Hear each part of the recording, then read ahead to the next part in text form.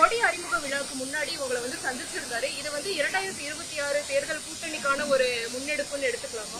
அத மாதிரி எதுவுமே கிடையாது. இது ஜெனரலா ஒரு நட்புணர்வோடு. ஏன்னா விஜய் எங்களுக்கு ஒண்ணும் புதுசு கிடையாது.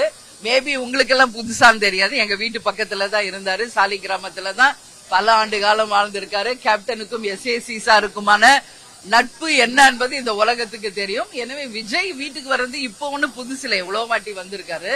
அதனால இப்போ அரசியல் ஆரம்பிக்கிற இந்த தருணத்துல வந்ததுனால உங்க கேள்விகள் அப்படி இருக்கிறது. அதனால எதுவுமே இல்ல.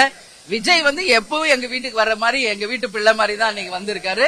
விஜய் பிரபாகரன் சண்முக பாண்டியனோட ரொம்ப மனசு விட்டு ரொம்ப ஜாலியா பேசிக்கிட்டு இருந்தாங்க அவங்க எல்லாருமே.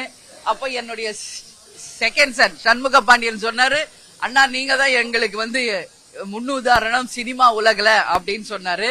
அப்ப அவர் சொன்னாரு விஜய் பிரபாகரனை பார்த்து, நீ தான் எனக்கு சீனியரு அரசியல்ல, சிறப்பா பேசுற, வாழ்த்துக்கள்.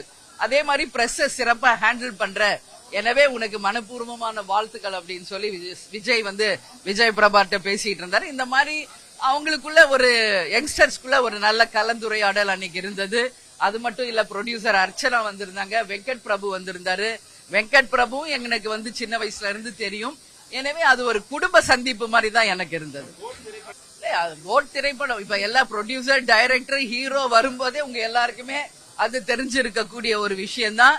எனவே கோட் திரைப்படத்துல கேப்டன் ஏஐல வர்றாருன்றத முதல்ல இருந்தே வெங்கட் பிரபு சொல்லிட்டு இருக்காரு.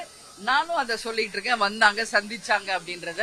எனவே முறைப்படி அதுக்கான ஒரு நன்றியை தெரிவித்து அவருக்கு கேப்டனை நீங்க எங்களுக்கு கொடுத்தது பெரிய பாக்கியம், அதனால எங்களுடைய நன்றிகளை உங்களுக்கு தெரிவிச்சுக்கிறோம் அப்படின்னா 3 பேருமே சொன்னாங்க. எனவே திரைப்படம் ரிலீஸ் ஆன பிறகு நீங்க எல்லாம் குடும்பத்தோட படத்தை பார்க்கணும், உங்களுக்கு ஸ்பெஷல் ஷோ வச்சிருக்கேன்னு விஜய் சொன்னாரு.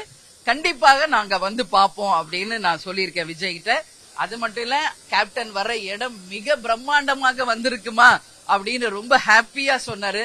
எனவே விஜய்க்கு நான் வாழ்த்துக்கள் சொல்லியிருக்கேன். செய்திகளை உடனுக்குடனும் துல்லியமாகவும் தெரிந்து கொள்ள சப்ஸ்கிரைப் பண்ணுங்க.